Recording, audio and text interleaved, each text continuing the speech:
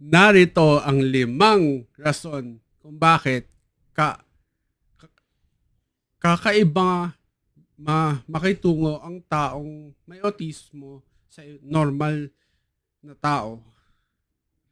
Sobrang nakakailang lapitan ang mga taong mayor de edad na nasa autism spectrum. Sobrang mga weirdo sila. Ito nga ba ang mga muni-muni na pumapasok sa inyong isipan kapag nakakausap nyo ang mga taong ito? Ako nga pala si Dale or Dane. Formal akong na-diagnose ng autism spectrum disorder sa edad na 20 o 21. Ako rin ay isang extrovert. Bibihira ang kombinasyong extrovert sa mundong may autismo. Sa taong may autismo.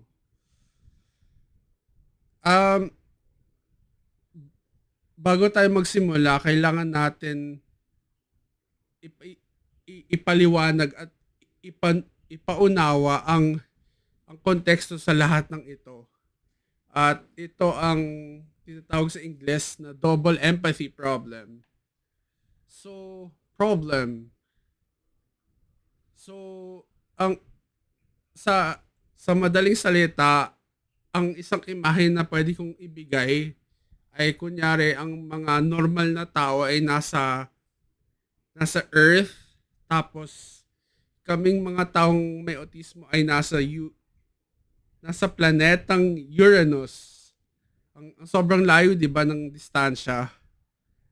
Kasi kahit na magkapareho tayo ng lengguwaheng ginagamit upang magsalita at magpahiwatig ng damdamin, iba ang paraan ng paggamit at pag-intindi naming mga tao na nasa Uranus o kaya yung mga taong may autismo sa mga taong taga rito sa Earth.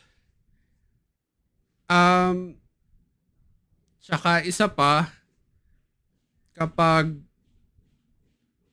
ang tao mula sa dalawang planeta nito, meron silang sari-sariling formation o kaya uri ng utak. Kunyari kasi ang taong may autismo ay hindi kompletong buo ang kanyang utak nung siya ay ipinanganak. Kaya tinawag na developmental disorder ang taong may autismo. Kaya ang iisipin na normal ng taong may autismo ay hindi normal para sa taong normal.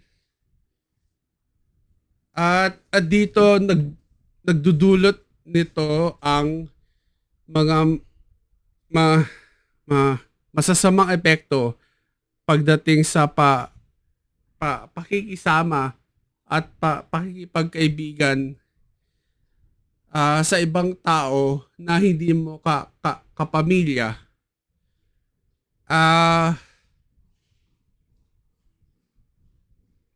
Sobrang hirap makipag-usap sa tao kasi iba't iba yung paraan ng pag-intindi ng bokabularyo kahit na parehon ang lengguwahe na ginagamit ng dalawang tao pag nag-uusap sila. At tayo magtungo dito sa non-verbal communication, no? Ito yung tinatawag na yung mga bagay na kino-communicate mo sa ibang tao na hindi mo na i-interpret sa salita lang mismo. Kasi sa aming mga tao nasa autismo, kadalasan ay tinatrato namin ito at face value. Kumbaga kung sinabi mong umuulan ng aso't pusa, ang nasa imahinasyon namin ay talagang umuulan ng aso't pusa. Kasi nung bata ako, yun talaga yung naisip ko eh. Pero nung tumanda ako, natuto ako na ay ibig sabihin pala nun ay umuulan ng malakas. Pero kinailangan ko siyang tandaan para malaman ang tunay na kahulugan nun. At at ito ay pumupunta pa sa mas malalim na dahilan, no. Ito ay tinatawag sa Ingles na prosody, o ang ibig sabihin nito ay ang stress o ang intonasyon sa isang lengguwahe. Kunyari, um, halimbawa na lang, no, ito ang mga irony, sarcasm, idioms, mga metapora at mga simile. Hindi namin ito agad-agad na makukuha kasi ang masaklap diyan ay itong prosody kasi ay hindi na natuturo ng tao sa ibang tao, kundi ito ay natututunan sa pamamagitan ng pag-imita at pag-obserba sa ibang tao kung paano siya gamitin at kung paano siya sabihin. May mga paraan din kung paano ito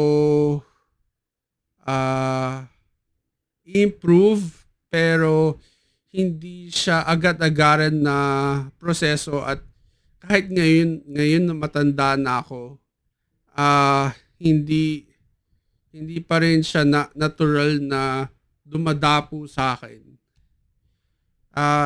Isa pang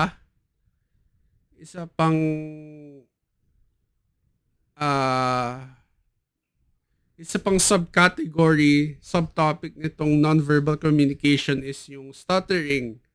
Kaya kung napapansin nyo nitong nasa video na to ay hindi ako diretso magsalita.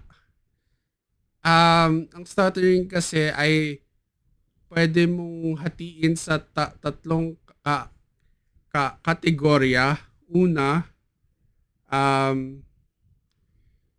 umuulit ang sound, umuulit ang syllable, at tumitigil yung salita sa unang sound, tapos nagpapatuloy ulit kalaunan.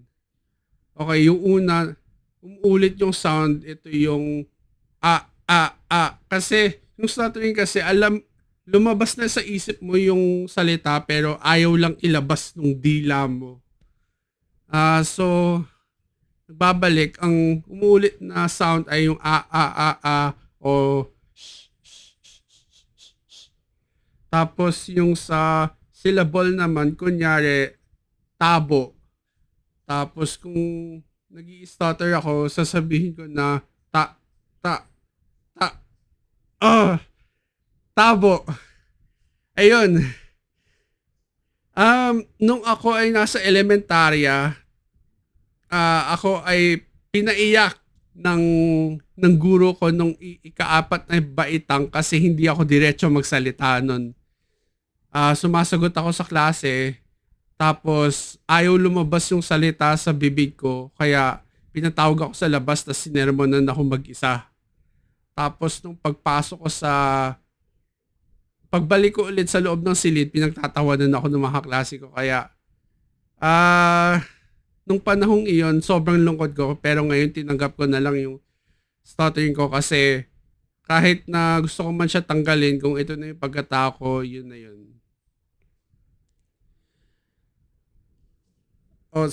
Tapos sa susunod, isa pang malalang dahilan kung ba't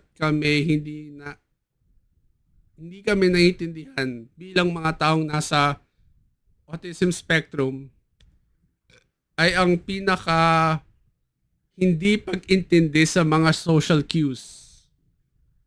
So, ang mga social cues,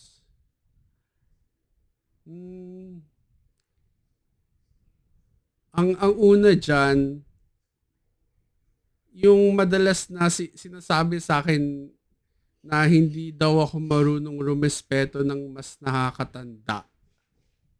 Ah, oo, totoo 'yun kasi kung paano ako kumausap sa kasing edad ko ay gano'n din yung paraan ng pakikiusap ko um, sa boss o kaya sa teacher o kaya sa prof o kaya sa presidente ng homeowners association, gano'n. Yung sa mamas nakakatanda, parang hindi ko makuha yung konsepto ng pangangailangan kasi pare-pareho lang tayong tao. Tapos lahat naman tayo ay mamamatay. Kaya hindi ko nakuha yung ideya at nung essence ng ah, kailangan ko pang ibahin yung paraan ng pagsasalita ko. Kung pwede namang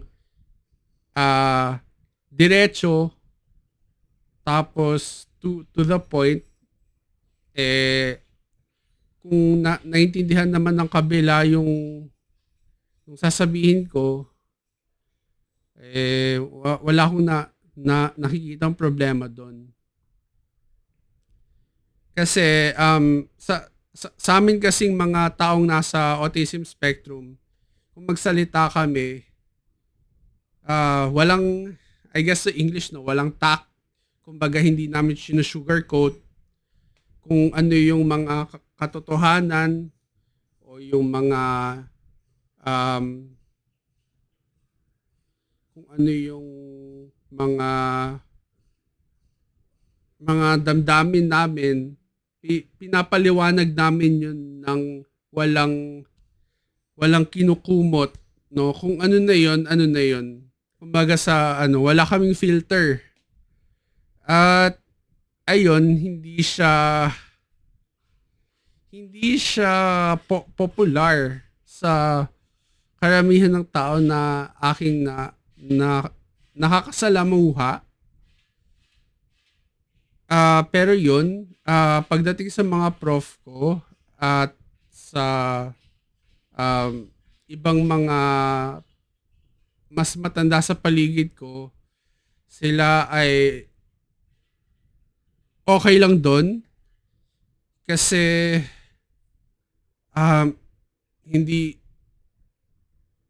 parang sobrang hirap lang sa akin na maintindihan yung konsepto na yun.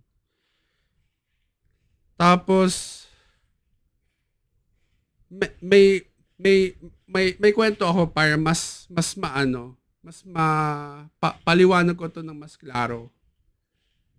Bale nitong first year ko sa kolehiyo, meron kaming asignatura ng NSTP.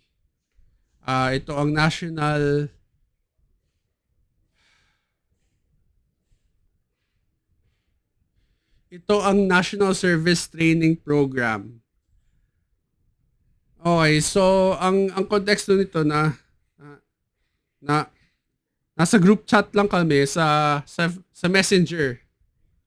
Tapos lahat kami doon magkakaklase tapos yung prof nandoon. Bale, yung ginusto kong itanong sa prof ko kung anong passing score nung exam or nung quiz na yon. Tapos ang sinulat ko sa Messenger, minention ko yung prof tapos sabi anong passing score nitong quiz or exam. Tapos sobrang galit nung mga klase ko. Lalong-lalo na yung presidente ng klase ko. Bale, lumipat kami doon sa group chat na walang prof. Tapos iinitan talaga ako ng mga kaklase ko, sinasabi kung ba't daw ako ganun magsalita. Tapos sabi ko, ba't kayo na-offend para sa prof ko? tanggap naman ni prof na talagang gano'n ako magsalita. Lahat ng prof namin tanggap na gano'n talaga ako magsalita. Wala silang issue. Pero palagi nila sinasabi na wag ko daw silang kausapin ng ganyan ah kasi hindi raw 'yun tama. 'Yun nga, kasi alam ng mga kaklase ko na may autismo ako. 'Yun nga lang, pasok dito sa isang tenga, labas sa kabila, kasi ang sobrang masakit dito kasi kahit nasabihan mo yung tao na meron kang autismo, choice nila kung i-upgrade nila yung understanding nila para maintindihan yung autismo, no? Pero dito kasi hindi nila maintindihan kahit na ilang beses ko nang sabihin sa kanila na ganito ako magsalita, ganito ako umasta, ganito ako kumilos, ganon. Ayan, sobrang galit nila. So, sa huli, hindi ko na lang sila pinansin. Tinanong ko rin yung mga prof ko kung kumusta sila pagkatapos ng away namin ng klase. At sabi naman nila na wag ko na lang daw sila pansinin, ganyan ganon. Basta alam ko raw na okay lang sa prof. Hindi ko na daw kailangan intindihin ang opinion ng ibang tao. Isa pa, ah, ang pagsalita ng volume. Madalas kasi kapag ako ay nasasabik at sobrang saya, minsan hindi ko na natatantya yung level ng boses ko, kaya madalas ako pinagsasabihan na Dale, hinaan mo yung boses mo kasi masyado ka nang malakas magsalita. Lalo na kapag nasa silid-aklatan o kaya nasa clinic ng doktor. Ayun, dun ako madalas sinasabihan kasi dun na lang yata yung paraan ko kung paano mag-express ng kasiyahan eh. Yun. Tapos, sobrang naiinis din ako na inaasahan talaga ako ng mga tao na magbasa ng isip. Na kesa na sabihin nila sa akin na klarong-klaro, like in English, like spell it out to me, hindi ko magigets yung ibig nilang sabihin. Kunyari,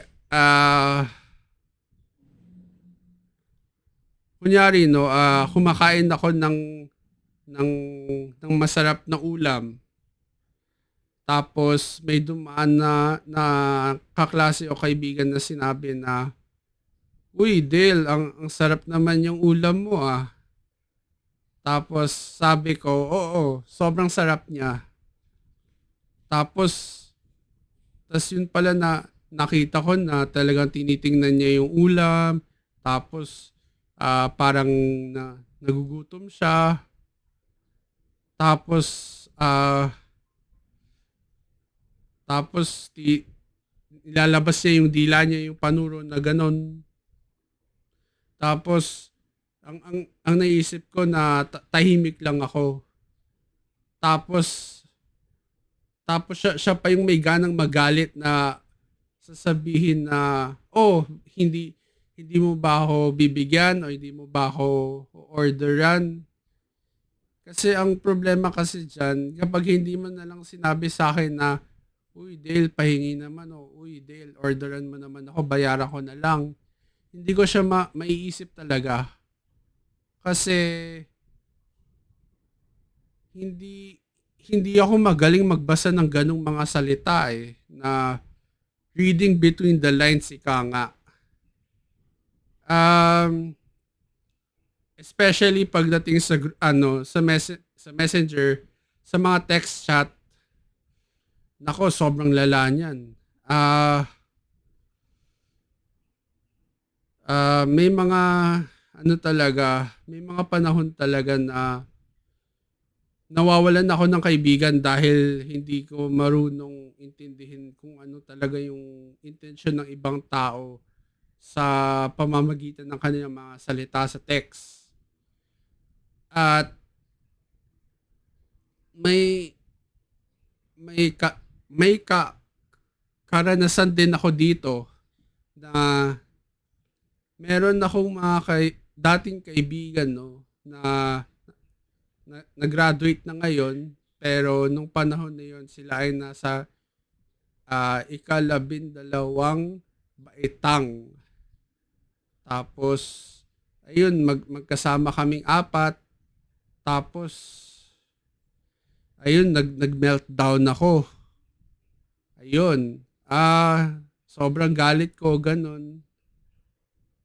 Tapos iniwan na lang nila akong tatlo kasi hindi raw nila ako kaya kapag nagme-meltdown ako. Pero nung sinabi nilang ah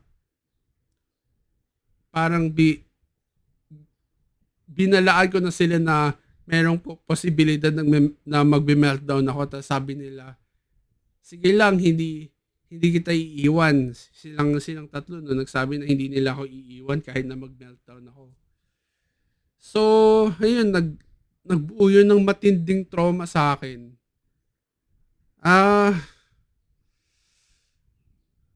Sobrang laki ng trauma ng hindi ko pag-intindi ng mga intensyon at mga kahulugan na hindi sinasabi na direkta sa akin. At yun talaga yung mga panahon na ako ay na blindsided dahil na hindi ko talaga siya inaasahan. So, ayun nga, may trauma ako. So, yung mga paraan kung paano ko siya nire-responde ay yung mga sumusunod. Una, kung pwede sana sa lahat ng pagkakataon, mag-uusap tayo, kung hindi man harap-harapan or face-to-face, dapat voice or video call or message. Walang text talaga kung talagang masusunod ako. Walang text, talagang umiiwas talaga ako ng text. At ito pa, isa pa ang sinimulan kong gawin na madalas kong tinatanong yung tao, well, kahit nung dati pa, tinatanong ko sila kung galit pa sila sa akin o kung bati pa ba tayo o kaya ikaw ba'y naiinis sa akin. Ayun, may mga ibang tao na naiinis kapag tinatanong ko to kasi hindi siya ginagawa ng normal na tao eh. Pero kasi sa mga taong may autismo, hindi nila malalaman kung galit yung tao. Hindi namin masisense na naiinis o nagagalit yung tao, nalulungkot unless sabihin nila sa amin. May mga tao na nakaka-appreciate nun kasi nagiging proactive kami. Pero hindi lahat ng tao ganun. Kaya sana, well, hindi sana, no. Sana pagpasensyahan nyo na kami. O kaya,